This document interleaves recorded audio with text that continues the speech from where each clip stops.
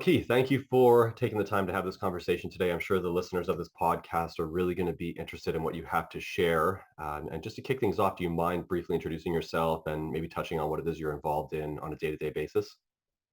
Yeah, so my name's Key. I'm from Canada originally and basically found my calling to be in the healing arts after a near-death experience and all kinds of crazy synchronistic things happening and um, getting myself out of pain. I'm sure a lot of people can attest that like allopathic medicine or Western medicine kind of failed them, so they figured out how to heal themselves and kind of found their calling through that. A lot of, the wounded healer kind of thing. So that yeah, I guess I just found my purpose in life and started going for it. So I did like 2 years massage school in Canada, a year of holistic nutrition, 2 years of Chinese medicine school in Toronto at the Ontario College of Traditional Chinese Medicine. I went to India to study Ayurveda, uh, did a few yoga teacher trainings, one in Mexico, one in India,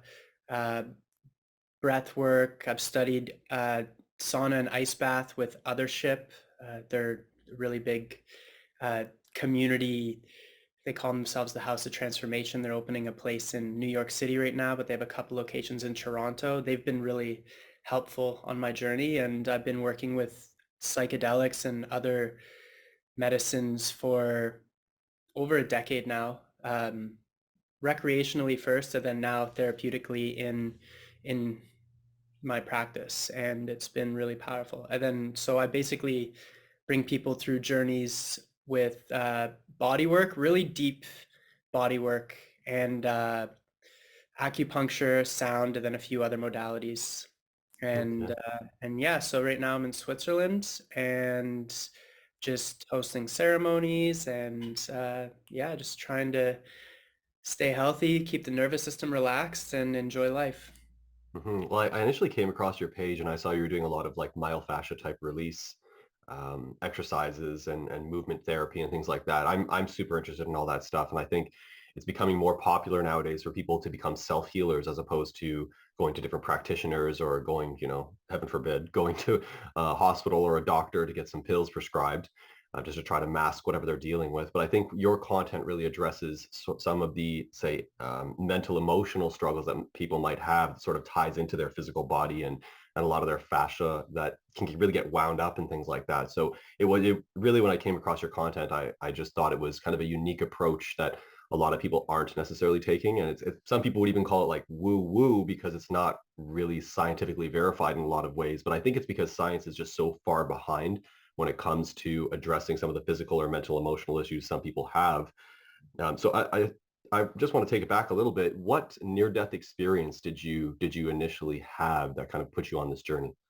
So yeah, I used to be in the military, Canadian military, and I think I was like 22 at the time, and I was like super inflexible. It's like lifting weights, like bodybuilder style for like probably 5 years straight. And so I pretty much looked like SpongeBob SquarePants, and I I was in the back of a truck parked on top of a sea container. So it was about 14 feet up. This is a really big bed in the back of the truck that was like up to here on me. And then there was this plastic crate, and we backed up to unload something, and I tried to pull on this crate really hard. And when I pulled, the wall snapped. Then when the wall snapped, all the force, I was just free falling, looking at the sky. And then like I'm just like looking at the clouds, and I'm not sure what's actually in the bin. So as I'm free falling through the air, I'm just like, whoa, like this is it. Like I'm gonna die right now. And I like fully accepted death. And I just like, I thought I would get stabbed through the heart by like a stick or like break my back in the corner of a desk. I don't know, like watching crazy shows when you're a kid. So this is what's going through my head. And and I like just had this deep sense of peace rush over me. It's like, oh, like it was a good life, and just like fully accepted death, and had like a crazy DMT release and all these images flash before my eyes. And then I hit the ground, and I didn't die, and I was able to like get up because I lifted weights every day and I was so inflexible. The tensegrity of my tight muscles held my body together and I didn't shatter basically because it's really high up. And I told the doctor what happened. He couldn't believe that I was walking. And and yeah, that kind of set me, I mean, that was like the foundation that set me on a path of trying to figure out how to heal because I really messed my back up. And yeah, so that was the experience. Hmm. So from there, I guess you left the military and sort of moved outside of Canada, or did you stay around in Canada much longer? Yeah, I was getting out and then I I got out and I bought a motorhome and then just like started traveling and going to festivals and partying a lot, and I didn't know what I wanted to do. I was just like just wanted to travel and experience life. Hmm. And did you know anyone else in Canada? Like, was your family in Canada as well, or? Yeah, my family is in Halifax, which is like far East Coast. Okay, okay. Yeah, I'm just why I'm actually just outside of Toronto as well, so that's why I'm kind of interested in it's it's always kind of fun to chat with other fellow Canadians, especially if you're people from Toronto. I feel like there's a certain level of understanding of like the culture and the type of personality Yeah, types and things like that of the city. So where you're at now, it's Switzerland, you said? I'm in Switzerland right now, Okay. yeah. Do you find the culture is much different there than say in somewhere like Canada or Toronto? In Switzerland? Yeah. Yeah, definitely. Like the people, I'm in the German speaking part. Like they have four national languages. Basically, the main three are German, Italian, and French. So I don't know, the Swiss are like a little more uptight and like it's kind of harder to get in friend groups. And I'm just keeping to myself here, but like just in general, it's like a little bit different. And the people are a little, I don't know, depends where you go, but just in general, it can be harder to like create a deep relationship with someone here. Okay. And do you find that you sort of build deeper relationships now online with people, given that you have such a big following on Instagram and social platforms? Yeah, I mean, it's definitely definitely really beautiful to meet people that you're talking to online in real life, and then like, you know, it's like you already know someone if you're connected for a while, and then you like meet them for the first time, and it's like, you know, it's like you knew them for like, I don't know, it's like you're already brothers basically, or like Mm-hmm. just connected. Yeah. Okay. So when you initially left the military and you started down this path, was it a long time before you really started to kind of I guess crystallize the direction you wanted to go in and sort of have a confidence in that? Because you mentioned you were kind of just partying and stuff initially, but was it long before you really sort of honed in on what it is you want to do and the path you wanted to take? Yeah, it was a few years for sure. It like was traveling and then just I hit like I kept like hitting lowers and lowers and lowers and lows, and then I just like eventually hit a rock bottom, which is a pretty beautiful day actually because it's the last moment you accept ever going that low. And then from that point on, you're like, okay, like I'm never doing this again. So my like aha moment was like lying on my bed on ketamine after the girl that I liked didn't like me because I partied too hard, and I just decided, I was like, okay, like, you know, if I quit doing drugs and partying and drinking and smoking and just focus on fitness, I'll never have to work another day in my life. And I didn't know what that would look like. That's just the kind of like 5 second aha moment that I came to. So I was like, okay, like I'm gonna stop drinking and partying. And then the next day I woke up, I booked a yoga teacher training in Mexico, and then yeah, that's pretty much what started my path basically. And then from that moment on, then good things started happening to me. And it Hmm. was like crazy synchronistic things started happening and life just started working with me much easier, and it started to flow a bit better. And then for a bit, and then it's like very, you know, it got really hard eventually too. And yeah. Okay.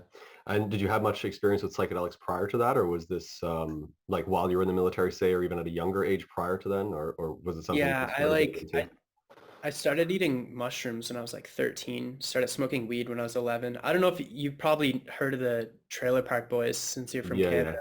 Hmm. I grew up in that trailer park, like originally. Like I remember trying to walk to school and they're like filming the first season. They're like, you can't walk here, but like it's a pretty rough place to grow up. Like I would never want my kids to go to, to be surrounded by those kids that went to that school that I went to. Like, it's so crazy. So yeah, it's like what you learn growing up. It kind of Hmm. So do you really devastates. believe then that sort of someone could be influenced heavily by their environment and by making that change of your environment, that it was sort of setting you on the path initially when you left that area? I mean, yeah, environment is just one of the most important things. You have a messy environment, you're going to have a pretty messy mind. It's like a lot of stuff taking up space, but it's up to you to do what you want with that. Like I had this crazy hard upbringing and it took me to really dark places and I had addictions and, the all these really heavy things that come from it, but then eventually it's like you can choose to learn from it. It's like you can get sucked in or you can be like, okay, like it can teach you what not to do, Hmm. like very, very well. So like you can like get sucked in or like you can learn exactly what not to do. So it's like it can be a great teacher as well or Hmm. your demise. And for someone doing psychedelics or even cannabis and things like that at such a young age, do you find that it was something that was it easy for you to process that information when coming down or coming out of the high? Or were you just too young to truly understand and comprehend? Like personally, I didn't start doing psychedelics and things of that nature until I was probably in my mid to late 20s. And I found that at that age, I was able to process much. I mean, I can't say because I never did it at a younger age, but I guess that's my question was, and I'm sure you've done it later in life, but did you find that it was more easy to really retain what you've learned during those experiences at a later age, or were you still doing it at a young age and kind of comprehending it? Uh, it's a great question. I guess like, yeah, the downloads I would get at a younger age are not as profound as the ones I would get as an adult. But also, like, I didn't even realize that I was a spiritual being until I was like in my mid 20s. I didn't even know how to say no until I was in my mid 20s. And I was just like, I was just such a like a yes, I'm down. Like, let's go. Super competitive at anything I did and just like open for everything. And it would like burn me out. It was like super hard on me.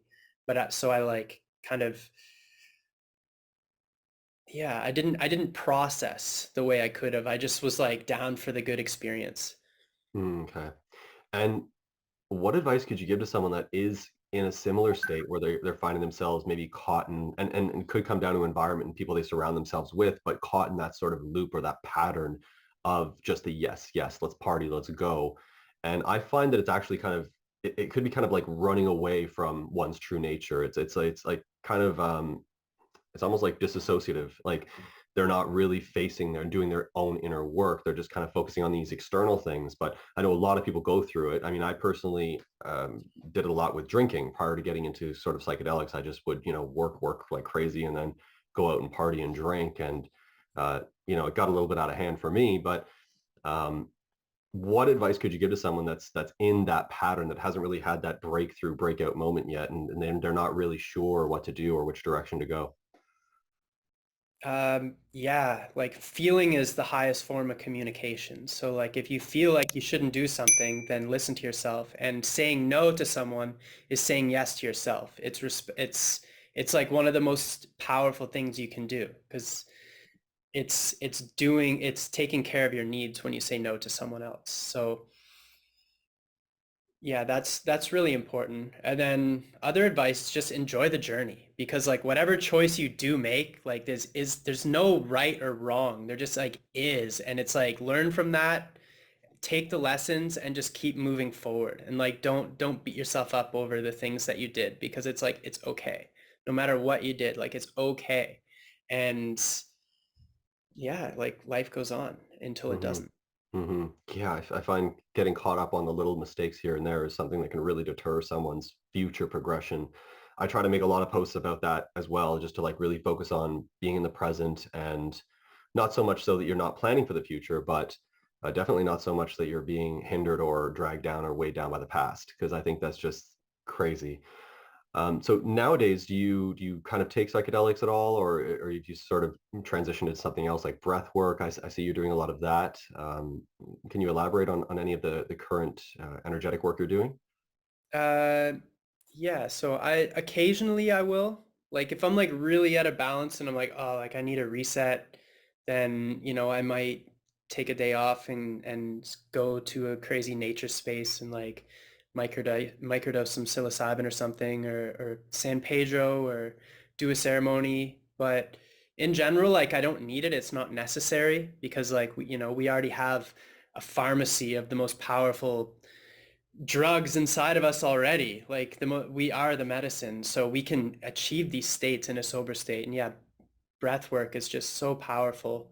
And I do breath work every day. And it's no matter how bad I'm feeling, how shitty my day is, I can change my state in like 2 minutes. And my favorite thing to do is called a peppermint bomb, where I put a couple drops of peppermint essential oil in my hands and I'll do like 50 breaths through the nose and mouth, and just like opening up, and I'll stretch my organs and breathe into whatever's tight, and I move as I do it. And then I get like this, and then I hold on full and go into a cobra, and I just get this massive head rush, and like this, it's like a healthy whippet basically. And Okay. and yeah, and then as soon as I do that, like my whole state is shift. I'm like so grateful and I'm so present, and I'm just like, oh, like wow, like I don't know what I was stressed about. It's like, yeah. Yeah, it's crazy. And I've had similar sort of feelings before and I've thought a person who's breathing correctly, let's say, it differs entirely from one who is not. So one who's in this really wound up, closed off state is going to be an entirely different person than one who's completely open and breathing and doing this type of breath work exercises that you mentioned. So I find the challenge for a lot of people is kind of recognizing that they can, let's say, step through that threshold or make that change or adjustment. I think they just stand at that doorway or that threshold looking over, and it's like they know that there's the potential, but they don't take that step. And it's really tricky if you're like feeling depressed to get yourself out of depression, or if you're feeling anxiety, or you're feeling low energy, like, to go exercise. A lot of people don't think, hey, I'm low energy, maybe I'll take a nap, but you can actually use those biochemicals readily available to you, as you had mentioned earlier, and go exercise and sort of activate these things within yourself. So what kind of advice would you give for someone that's right at the precipice of that threshold, that's not stepping through, but that sees the light on the other side, that feels not so great, and then therefore they have this sort of challenge with overcoming that feeling initially and taking that first step?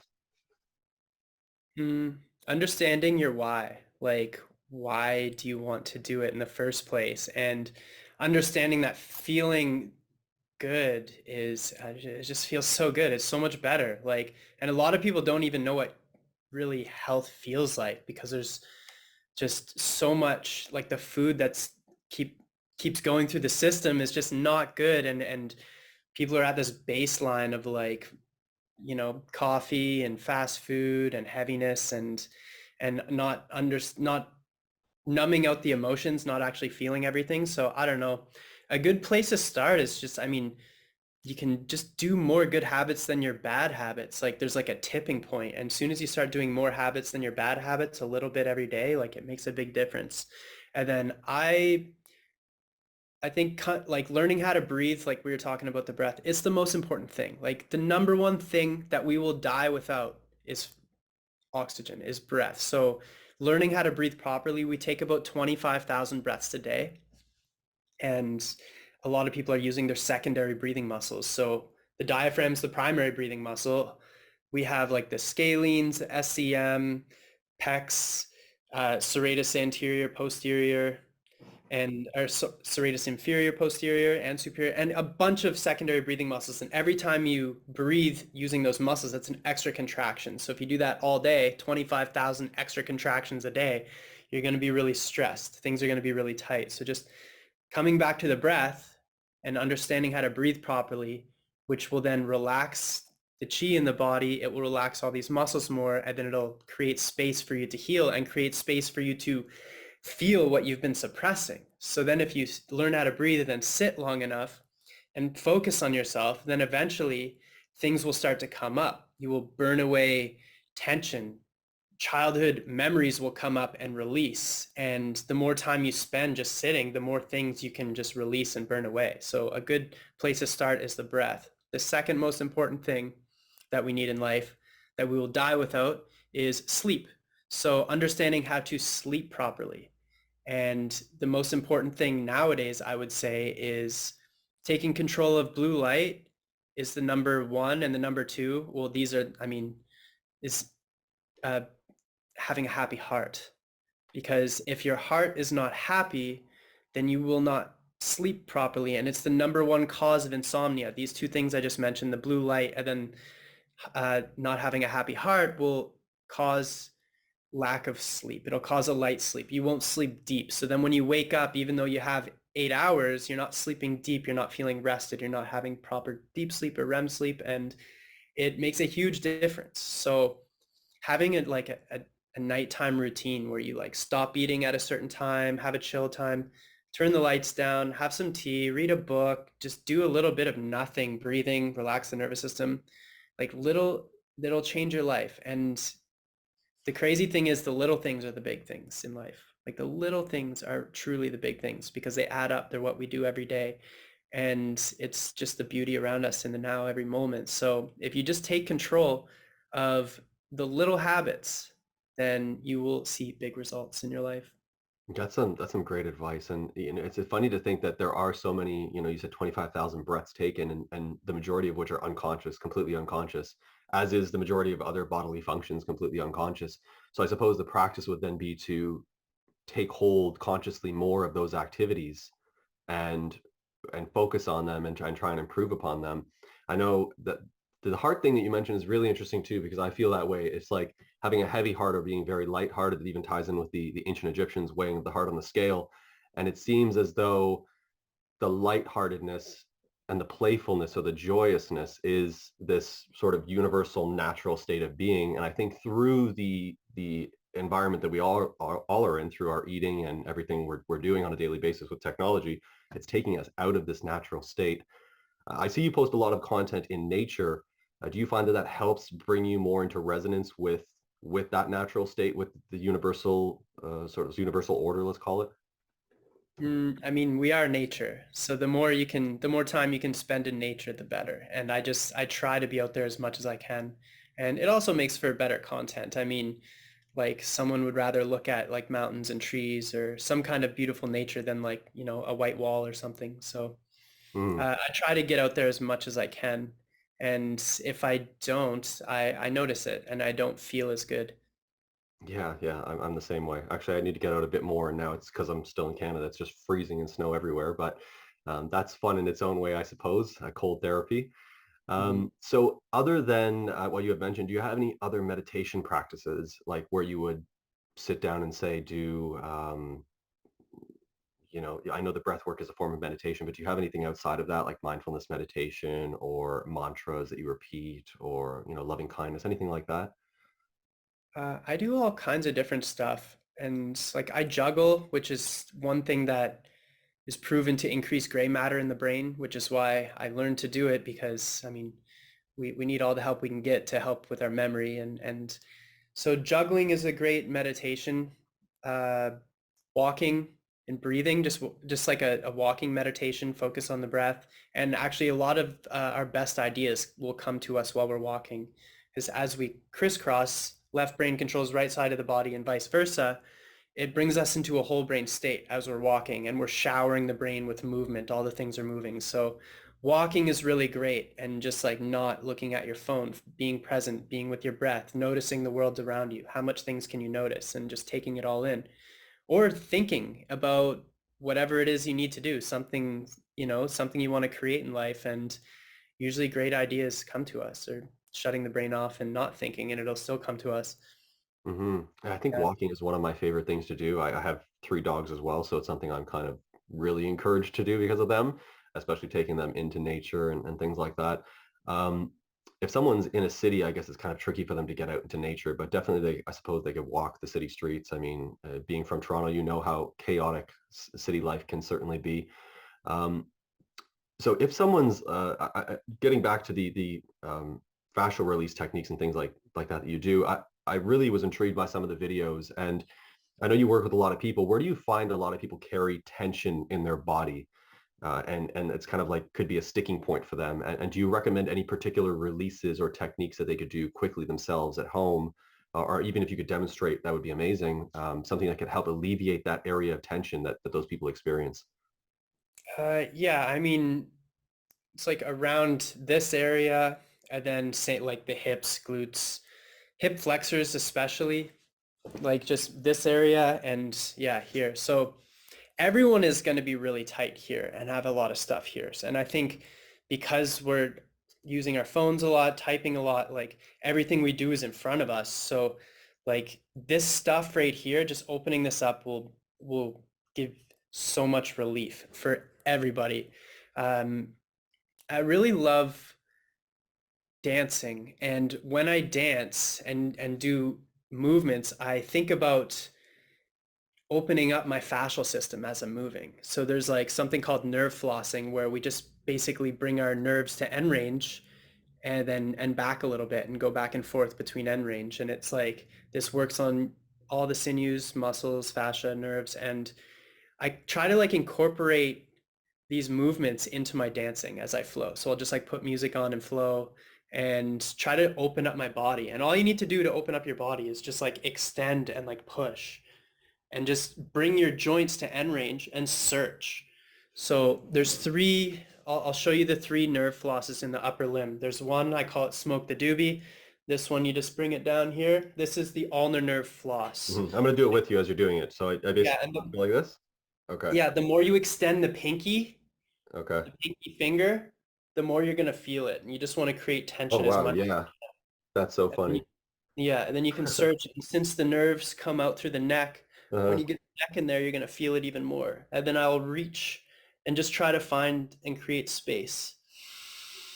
And then just like breathe into it. So that's the ulnar nerve floss. So uh-huh. if you have numbness and tingling in these two fingers or this area, then you know that you have an ulnar nerve pathology. So you just stretch the track or massage down the track, and then it'll treat that, Hmm. especially for a golfer's elbow. That's a great one. And then the next one is the radial nerve. So this one does all extension of the arm. So internal rotation, flexion of the wrist, and then you get the neck in there and just search. And then this is like Hmm. the one that's here. So this is what you would do more for the tennis elbow. I get a Hmm. lot of tennis elbow questions. Hmm. And just treat the track there. And then the last one is the median nerve. So this one's up the center of the arm. And all of them go in between the armpit or under the armpit, underneath the pec, in between clavicle and first rib and the scalene. So when you treat those areas, you open up all of this. And this is what leads to numbness, tingling in the hand, thoracic outlet syndrome. So if you have that, doing this will heal. So the median nerve is extension of the wrist. Hmm. Kind of reach the scapula far away, like you're pushing the palm away while you're extending as hard as you can, getting the hand, and then just searching. Yeah, these are great. I can even feel it just now, and it's not even like it's an intense stretch. I mean, it's one of those ones you can adjust as needed. You just push, kind of reach out more if you want to get more of that stretch, it feels like. Yeah. So then I'll do these and I'll just like kind of flow through them and like Ah, create, just like okay. open everything up and reach and just breathe into whatever. And I'll just do this through my whole body. And just like as I'm moving, I'm trying to pull myself apart and just Mm. breathe into whatever I feels tight. If I feel something tight, I'll breathe into it. And the more patient you are, the more time you spend on yourself, and the more you focus on yourself and breathe into yourself, the more you're going to heal. And I suppose that's kind of releasing the vagus nerve as well, which is really like connected to everything, it seems.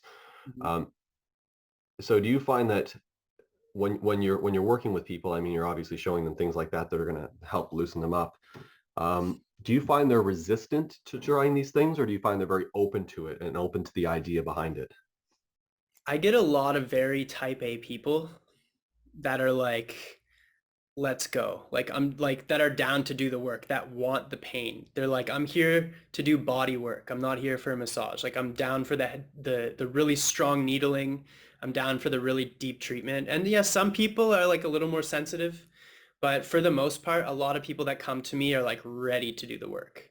And they're like, okay. And if they're not, I explain to them, I'm like, I recommend doing this because you're going to have the best results. You're going to be a bit sore today, but like tomorrow you're going to feel amazing. And yeah, it's been good. It's been good. It takes a lot to get to where you are, a long time of doing the same thing. So like it takes a while to get out of it, but you can speed the process a little bit Hmm. by doing things a little bit deeper. Yeah, yeah. It seems like it's just constant repetition and consistency when it comes to those type of things. I'm going to try that sort of dancing movement fluid type of thing because I find sometimes I get very rigid, like in terms of the physical training I do or the training modality, it's more in the direction of powerlifting. But I began at a young age doing martial arts, which was very fluid. So I transitioned into doing powerlifting, which is just rigid, static, like stay in position and lift this heavy weight. And now I find like I have those things where my joints will get tense or like I'll have that tennis elbow type of thing. So I think the fluid movements and movement really is a form of meditation, especially the way you described it, where you're really getting into it and sort of visualizing the expansiveness of your body and the reach. Do you find that you practice some form of visualization while you're doing these techniques as well? Mm, Or is it more just a sometimes, feeling kind of thing? sometimes, but more I'm just trying to shut my brain off and be present and just breathe and be in the moment and like I'm more focused on like the specific movements because I try to learn how to create better body control. So Okay. I'm more focused on like on getting as specific I can. So like when I'm like trying a spinal wave or something, I'm like thinking about my thoracic vertebra before I go down to the lumbar. And so I'm like trying to be as specific as possible, trying to get rotation in between like this T6 and T7 and thinking about specific, like getting down to the specific segment or like specific area and trying to create, better body awareness. Mm-hmm. Yeah, no, it makes sense. I mean, you definitely will have an awareness if you're thinking specifically about the vertebra that you're working on. Um, so is there anything you're working towards right now, like any goals that you have, any aspirations? I mean, for me, getting back to powerlifting, I'm, always trying to increase my numbers, but is there anything like a dancer is trying to perfect a certain movement or, a figure skater is trying to perfect a certain spin, but is there something that you're working on and working towards currently? Just for like movement, for Anything, I could be physical movement. It could be, it could be mental, emotional, anything like that. Is there any sort of stuff that you're working on or working towards, or is it just generally helping others experience their own bodies? I mean, I'm working towards all kinds of stuff. Uh, for my own personal fitness goals, middle splits, because I do hand balancing. So uh, getting the middle splits will open things up like the Stalder press. And I'm always just trying to maintain like a good, healthy calisthenics body. So maintaining like a one arm pull up, uh, just and like really really good foundational calisthenic skills, like being able to do 10 muscle ups really easy, strict. uh, and then professionally, I'm creating a modality called Kira therapy, and it's basically little bits and pieces from all of my learnings over the years created into this modality that basically shuts off someone's nervous system using like rocking, shaking, tapping, Mm, vibrations, mm. and helping people release the muscles, and a lot of breath work, and then just yeah, I believe it's going to be a really powerful, well-known body work modality. Okay. Yeah, that sounds actually like some bioenergetic type of work. Hmm. The shaking and the vibrating and the rocking. It sounds a lot like bioenergetics. And kind of tying in with that, I assume you've put this together from years of experience. Do you find that people hold trauma in their physical body, in their tissues, emotional trauma that can be released during physical therapy and myofascia type releases or stretches or movement. Oh yeah, like a big time, big time. Even for myself, the first time I did like a leg up the wall hip stretch, I started bawling and laughing my ass off in this gym. Everyone's looking at me and I'm just like going through this really powerful experience and being super obnoxious. But yeah, I've in my personal practice, I've had, geez, like so many crazy stories. I've had postmenopausal women uh, restart their cycle. I've had women who have never talked about sexual abuse, that, releasing something that was stuck in the body, and then all of a sudden they're telling everybody about something that they didn't even remember. I Mm. had, here's an interesting one. I had this girl, I went to this party one time, and this girl was really high on MDMA, and she's like, "Hey, come over, let's talk." So I like sat down, and she like put her hands on me, and she starts asking me the deepest questions, like super deep questions. And I'm like, "Oh, I mean, I love this stuff. I love going deep." So I'm like answering all her questions, and then I think I opened up about being sexually abused as a child, and then when I did, she was like, all of a sudden, and it just like triggered in her brain, and she remembered that she was sexually abused by her dad when she was like really young, and she like felt it in her body, but she wasn't sure, and she consciously remembered it for the first time. And this is the power of medicines, because because she was on MDMA, it helped her become more vulnerable, and it helped her tap deeper into herself. It helped her bring her guard down. And when she realized that and she told someone, then she started to cry like crazy. And I always have acupuncture needles in my backpack with me. And Okay. and so I was able to give her a session at this party. And I'm at my friend's house. It's like an intimate gathering, like 10, 12 people. We went into the back room, and I started doing some energy work around her abdomen, and she had ovarian cancer twice. This girl is in her 30s.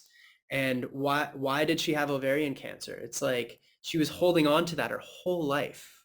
And like it kind of makes sense where it is physically, because I mean she was touched down there inappropriately by someone who's supposed to be protecting her. Mm. And yeah, so holding on to that your whole life, not even realizing, and having that crazy trauma that leads to like, abandonment, anxiousness, feeling unsafe, all this stuff. So I'm doing some deep abdominal work and put some needles in, and she's just crying and talking and saying these things that she's been holding in for decades. And then I start doing really deep work directly on her ovary. And she's taking birth control at the time just to produce estrogen, because she couldn't produce estrogen anymore.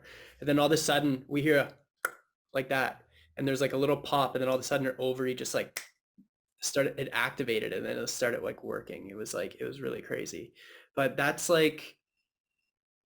mean, that's just one example of people holding something in the body. I mean, that's like an emotional thing from a physical thing. And I mean, it's all of it. It's emotional, it's physical, it's spiritual, it's all connected.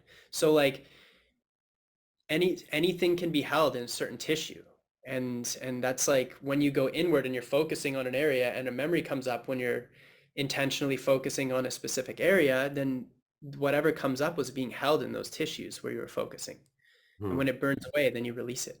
So Yeah, yeah, that's crazy. What a place to have that experience too, like just on a whim, at a party. That's nuts. yeah. Do you find that it's you work with men and women, I assume. So do you find that men would hold more of that than women do, or vice versa, or do you find it's kind of equal across the board? I find women will allow themselves to cry easier, and men, we're a little more programmed to not cry and hold things in a little bit Mm. more. And it's getting better. Like I see, some men are letting go and doing the men's work, and it's getting better and better. But just in general, women allow themselves to let go a little bit more, and women have a little bit of a higher pain tolerance than men too. Okay. So yeah, I guess men could have these like traumatic experiences, but they're just holding that within themselves so much more than women would. So even if you're working on them, you find that they're a little bit more resistant in terms of releasing that and sort of opening up and being more vulnerable. It's so subjective. This is like just in general. Like, Mm. I see some men that are just like insanely tough. And it's like I am putting all my weight into my elbow in a very sensitive area and they're just like chilling, breathing through it. And then like, it's rare case, but like it happens. And then, other men, I'm like, I just lean my palm on their leg a little bit and it's like moving and they can't Yeah. relax. So it's like, Uh, yeah, and then some it's like I pull out a needle and they're just like terrified. They can't handle any acupuncture and it's just a mental block and uh. I don't know. So it's just so subjective. We all got our own stuff and Yeah, yeah. I feel like I'm probably closer to the first one of those examples. I'm very tense, very rigid. You could like lean completely into me. Like I find a lot of masseuses will work on me and they're like, I don't have anyone else that I work on that's like you. Like you're just so like dense. And it's probably from the lifting, but I'm sure it could be with trauma or anxiety or whatever it may be that keeps me wound up. But that's why I constantly have to work on myself as well, such as you do. So I noticed you have this big kind of circular thing behind you. That's a gong, is it? Qigong. Okay. So what do you do exactly with sound therapy?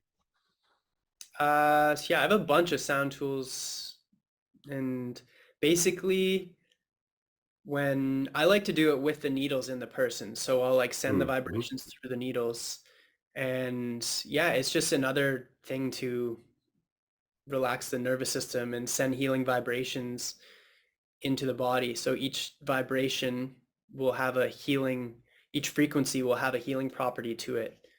And it'll Mm-hmm. like target somewhere more specific in the body, but it all will resonate throughout the whole body. Mm. So yeah, I find sound is just a really big part of my sessions. And yeah, Okay. And is it typically with like gongs or are you also using the tuning forks? I think I saw a couple posts you have the tuning forks as well. I got the giant tuning forks.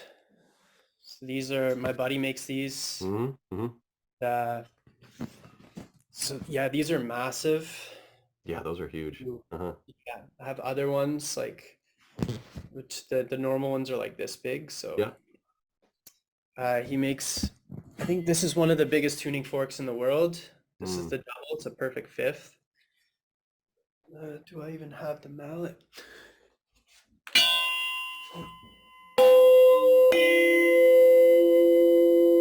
Mm-hmm. Yeah, that's a 60-inch gong from Grotto Sonora. It's like 20 grand. Yeah, It's it not looks much. amazing. Yeah. Yeah, I really love sound therapies and I think they're becoming more popular. I do see more people using these type of tuning forks. What do you find it does in terms of aiding your ability to work on people? I mean, it's all about dysregulating the nervous system. And it's all about getting people to relax and dysregulate and feel safe and just to finally just to let go fully. Hmm. And this stuff really helps. It helps the nervous system fully relax and it sends these vibrations that go through the body and relax it a little more. So they're just like a really great tool to, yeah, to help bring deeper relaxation and parasympathetic response. So, most people, we're in a low level sympathetic response most of the time, which is like fight, flight, or freeze. And healing comes from the parasympathetic nervous system, rest, digest, and recover. So the deeper you can put someone in a parasympathetic state, the more they're going to heal and the more Hmm. their nervous system will relax. So Hmm. really at the end of the day, it's all about opening up the tension and bringing deeper relaxation. That's